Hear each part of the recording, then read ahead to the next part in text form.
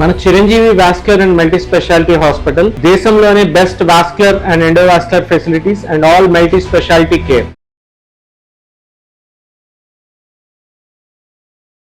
మాటల్లో అర్థమవుతుంది సార్, వాస్కులర్కి సంబంధించి చిరంజీవి హాస్పిటల్స్ ది బెస్ట్ అనిపిస్తుంది. అంటే మీరు చెప్పే మాటల్లో కాదు సార్, ఏంటి ఎక్స్పీరియన్స్ ఏంటి, ఎలా ప్రజల్ని ట్రీట్ చేస్తున్నారు, సక్సెస్తో ఎలా ముందుకు వెళ్ళగలుగుతున్నారో మాటల ద్వారా అర్థమైంది సార్. పేషెంట్స్ని కూడా చూస్తున్నాం సార్, డెఫినెట్లీ సార్. అంటే సార్ దీనికి సంబంధించి ఏమైనా ప్రాణాంతక వ్యాధులు ఎక్కువగా ఉంటాయి అంటారా, జస్ట్ స్టార్టింగ్లో వస్తేనే బెస్ట్ అంటారా? అంటే మీరు బ్లాస్ట్ అయిపోతే అని చెప్పారు, ముందుగానే కొన్ని సింప్టమ్స్ తో గుర్తించవచ్చు. బయటికి కనిపించినప్పుడు రక్తనాళం ఉబ్బుతుందంటే వెంటనే వాస్కులర్ సర్జన్ దగ్గరికి వస్తే డెఫినెట్ గా ఒక చిన్న స్కాన్ తోనే మనం ఒక డయాగ్నోసిస్ అయిపోతుంది. ఆ పెయిన్ లేదు, ఇబ్బంది ఏం లేదు అని అనుకోకుండా టెస్ట్ కి రావాలి. అంతేగాని నొప్పి ఏం లేదు కదా, ఏదో ఉబ్బే కదా, ఏదో స్వెల్లింగ్ తర్వాత ఖాళీ ఉన్నప్పుడు చూసుకుందాం నెగ్లెక్ట్ చేయకుండా దాని గురించి మనం అవగాహన తీసుకుంటే ఈజీగానే దాని treatment options, diagnosis easy and treatment options కూడా ఈజీగా అయిపోతాయి. ఎక్కడైతే అయోర్టిక్ ప్రాబ్లమ్స్ ఉంటాయో వాటిల్లో మాత్రం మనము స్క్రీనింగ్, అయోర్టిక్ ఎన్యూరిజం స్క్రీనింగ్ అనేది చాలా ఇంపార్టెంట్. అది మన ఇండియాలో కొరత అని మనం చెప్పుకోవచ్చు. ఉంది ఇక్కడ అయోర్టిక్ ఎన్యూరిజం స్క్రీనింగ్ ఉంది. ఒక మనం కామన్ గా ఎలా తెలుస్తుంది అంటే ఏదో ప్రాబ్లంతో కడుపు నొప్పనో లేకపోతే వెడుములో నొప్పి ఉందనో వీళ్ళు అల్ట్రాసౌండ్ స్కాన్ చేయడం జరుగుతుంది. దానిలో ఇన్సిడెన్షియల్ గా అయోర్టిక్ ఎన్యూరిజం ఉబ్బి ఉంది అని కూడా చెప్తా ఉంటారు చాలా కామన్ గా. ఇలా కాకుండా కొన్ని సిమ్టమ్స్ ఎవరిలో అయితే హై రిస్క్ ఫ్యాక్టర్స్ ఉన్నాయో లైక్ బీపీ కానీ షుగర్ ఉన్న పేషెంట్స్ అట్లీస్ట్ బై 2 years ఒకసారి అన్నా అల్ట్రాసౌండ్ అబ్డామిన్లో కానీ ఏదైనా అయోర్టిక్ ప్రాబ్లమ్స్ ఉంటే సిటీ అయోర్టోగ్రామ్ కానీ చేయిస్తున్నట్టయితే మనకి వెంటనే ఎన్యూరిజం అనేది ఎర్లీగానే గుర్తించడం జరుగుతుంది.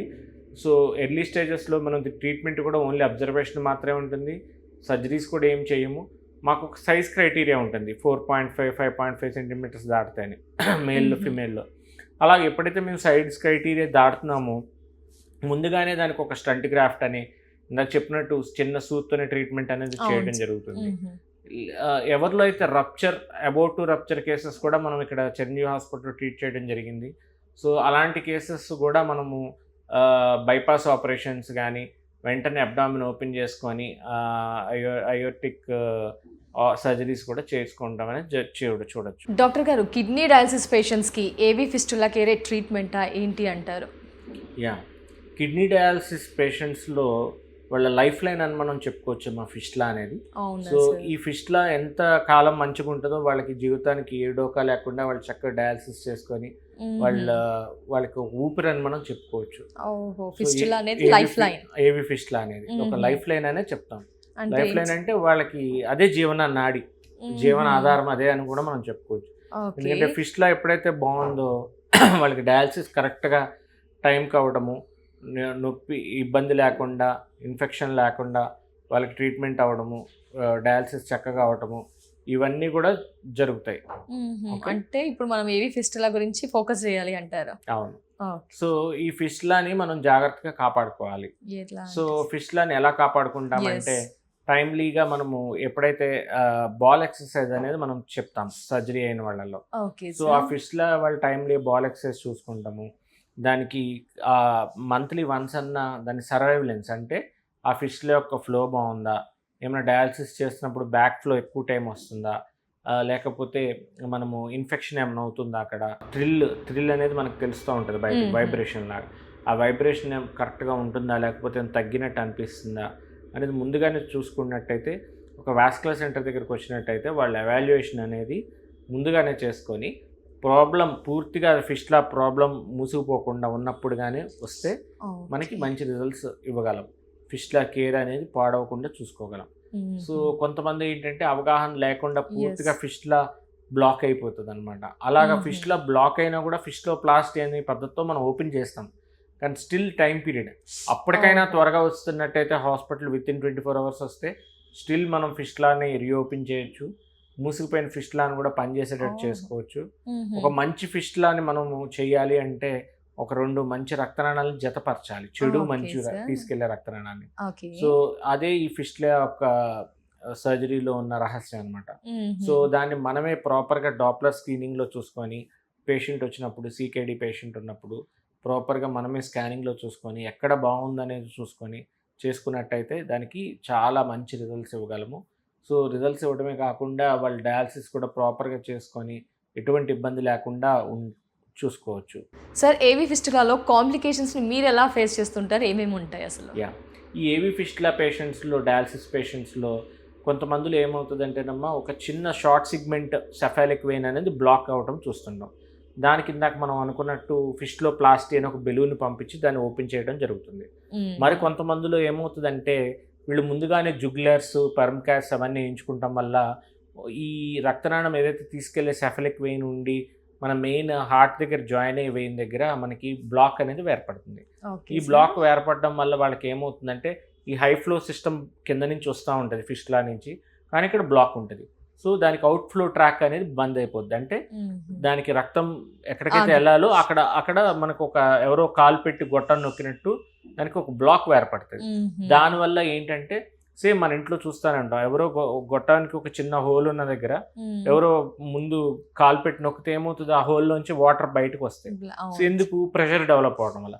సేమ్ ఇక్కడ కూడా అదే సిచ్యువేషన్లో ప్రెషర్ డెవలప్ అవడం వల్ల ముఖం ఒకవైపు అంతా మూసుకుపోవటము, ఉబ్బిపోవటము, కళ్ళు ముయ్యలేని స్థితిలోకి వెళ్ళిపోవటము, చెయ్యంతా వాసిపోవటము, అలాగ ఒక హాఫ్ బాడీ అంతా కూడా వాళ్ళకి వాపు వచ్చేసి అట్లీస్ట్ కన్ను రెప్ప కూడా వేయలేని స్థితిలో ఉంటారనమాట. అలాంటి కండిషన్ని మనం సెంట్రల్ వెయిన్ స్టెనోసిస్ అంటాం. సో ఇది కూడా లేట్గా గుర్తిస్తారమ్మా చాలా మంది. సో ఎర్లీగానే మనం గుర్తించినట్టయితే డయాలసిస్ పేషెంట్లో దాన్ని కూడా సెంట్రల్ వెయినస్ యాంజియోప్లాస్టీ అని అంటాం. ఆ యాంజియోప్లాస్టీ చేసి ఆ బ్లాక్ను ఎప్పుడైతే ఓపెన్ చేస్తామో మ్యాజిక్ చేసినట్టు వాళ్ళ ముఖం మళ్ళీ నార్మల్గా అయిపోవటము, మొత్తం వాపంతా లాగడము ఒక 15-20 మినిట్స్లోనే మనం ఆ మ్యాజిక్ చూస్తాం. అందుకని అలాంటి సర్జరీ నేను వెళ్తున్నప్పుడు ముందు ప్రీ ఫోటో ఒకటి ఉంటుంది, పోస్ట్ ఫోటో ఒకటి తీసుకుంటాం పేషెంట్కి చూపించడానికి. సో వాళ్ళు మళ్ళీ ఎలాగైతే పాత ఇదివరకు ఎలా ఉన్నారో వాళ్ళ ముఖం అలా మారిపోవడం జరుగుతుంది, రక్త ప్రసరణ చక్కగా వెళ్ళడం జరుగుతుంది, డయాలసిస్ కూడా ప్రాపర్గా అవుతుంది. So other complications like fistula rupture అవ్వటం, ఎన్యూరిజం అవటం, అలాంటివన్నీ కూడా కాంప్లికేషన్స్ తగ్గి చక్కగా వాళ్ళ డయాలసిస్ వాళ్ళకి అందుబాటులో ఉంటుంది, చేసుకోవచ్చు. దానివల్ల కాంప్లికేషన్స్ కూడా లేకుండా ఉంటుందమ్మా. ఎస్, అంటే ఇంత రిస్క్లు ఇవన్నీ చెప్తుంటే భయం వేస్తుంది సార్. ముందుగానే అస్సలు పసిగట్టలేమా సార్ అసలు ఏవి ఫిస్టులా బాగుండాలి అని చెప్పి? కట్టుకోవచ్చు. ఇందాక దాన్ని ఎలా మనం పర్యవేక్షించాలనేది ఇందాక తెలుసుకున్నాం కదా.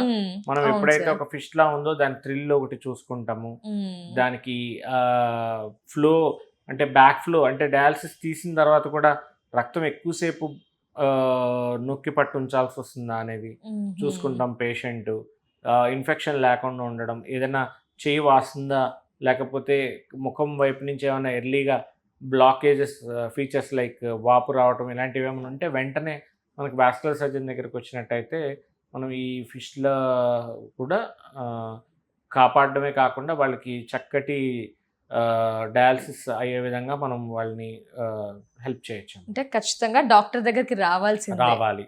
అది కూడా ప్రాపర్ వాస్కులర్ సర్జన్ దగ్గరికి వస్తేనే దీనికి ప్రాపర్ గైడెన్స్ ఇవ్వగలరు. లేకపోతే ఇది అందరూ సమస్య ఆ డాక్టర్ దగ్గరికి వెళ్ళి డాక్టర్ తెలియదు, గుర్తించలేరు. వాస్కులర్ దగ్గరికి రావాల్సిందే. సార్ మగవారిలో లైంగిక సమస్యకి ఈ రక్తనాళాల సమస్యకి ఏమైనా సంబంధం ఉంది అంటారా సార్? తగ్గుతుంది సమస్య, లైంగిక సమస్య స్టార్ట్ అయింది అంటే రక్తనాళాలు కూడా ఏమైనా ఇబ్బందులు పెడుతున్నాయా ఏంటి సార్? ఇది ఒకసారి దీన్ని ఎరెక్టైల్ డిస్ఫంక్షన్ అంటారమ్మా. దీనిలో ఎరెక్టైల్ డిస్ఫంక్షన్ లో రకాలు ఉంటాయి. ఒకటి ఏంటంటే వాస్కులోజెనిక్ ఎరెక్టైల్ డిస్ఫంక్షన్. కామన్ గా మనం ఇండియాలో చూసేది వాస్కులోజెనిక్ ఎరెక్టైల్ డిస్ఫంక్షన్ కామన్ గా చూస్తుంటాం. రెండోది న్యూరోజెనిక్ అంటే నరాలు ఇబ్బందులతో కూడా చూస్తున్నాం. కానీ ఇండియాలో ఎందుకు కామన్ గా మనం ఈ ఎరెక్టైల్ డిస్ఫంక్షన్ వాస్కులోజెనిక్ అంటే రక్తనాళాల సమస్యతో ఇబ్బంది ఎందుకు చూస్తామంటే ఇండియాలో మనకి షుగర్ పేషెంట్స్ చాలా కామన్గా ఎక్కువ ఉంటారు. సో ఎర్లీ డేస్ నుంచి కూడా షుగర్ ఉన్న వాళ్ళల్లో వాళ్ళకి ఏమవుతుందంటే అన్కంట్రోల్డ్ షుగర్ ఉండడం వల్ల రక్తనాళాల్లో మార్పులు రావడం అనేది జరుగుతుంది. ఈ రక్తనాళాల్లో మార్పులు ఎప్పుడైతే వచ్చినాయో రక్తం అందనప్పుడు మన మగవారిలో ఈ ఎరెక్షన్ రావడానికి ఆ రక్త ప్రసరణ మంచిగా అవుతేనే ఎరెక్షన్ అనేది జరుగుతుంది అన్నమాట. సో అంటే రక్త ప్రసరణ ఎప్పుడైతే అది సరిగ్గా అందట్లేదో వాళ్ళకి ఎరెక్షన్ అనేది జరగదు. సో దానివల్ల ఏంటంటే వాళ్ళు మానసికంగా కుంగిపోవటమే కాకుండా వాళ్ళు చాలా ఇబ్బందులు ఫ్యామిలీ లైఫ్లో పడడం కానీ ఇలాంటివన్నీ ఇబ్బందులు పడతా ఉంటారమ్మా. సో అందుకని దీన్ని ముందుగానే గుర్తించి ఇలాంటి సమస్యలు ఉన్నప్పుడు రక్తనాళాల సమస్య కింద కూడా భావించి వెంటనే మనకి చూపించుకున్నట్టయితే దానికి కొంతమందికి మందులతోనే ట్రీట్మెంట్ ఉంటుంది. మందులతోనే స్టార్టింగ్ స్టేజ్లో ఉంటే మందులతోనే ట్రీట్మెంట్ ఉంటుంది. ఇంకా ఇబ్బందులు ఎవరిలైతే బ్లాకేజ్ ఎక్కువ ఉందని తేలితే దానికి మనము ఒక యాంజియోప్లాస్టీ అనేది ఒక ప్రక్రియ ద్వారా దాన్ని రీఓపెన్ చేసుకుంటాం అనేది జరుగుతుంది. సో ఇలాగా అడ్వాన్స్డ్ చికిత్సలు కూడా ఎలక్ట్రైల్ డిస్ఫంక్షన్కి చాలా అందుబాటులో ఉన్నాయి. ఇవన్నీ మన చిరంజీవి హాస్పిటల్లో యూరాలజీ అండ్ వాస్కులర్ సర్జన్స్ ఉండడం వల్ల దీనికి కంప్లీట్ కేర్ కూడా ఇవ్వడం జరుగుతుంది. సో ఎర్లీ స్టేజెస్లోనే కాదు, ఫైనల్ స్టేజెస్ మన చిరంజీవి హాస్పిటల్స్లో ఓన్లీ రక్త ప్రసరణ వల్ల ఎరెక్టైల్ డిస్ఫంక్షనే కాకుండా మిగతా కారణాల వల్ల కూడా వచ్చే అన్నిటికీ కూడా ట్రీట్మెంట్ అందుబాటులో ఉంచాము.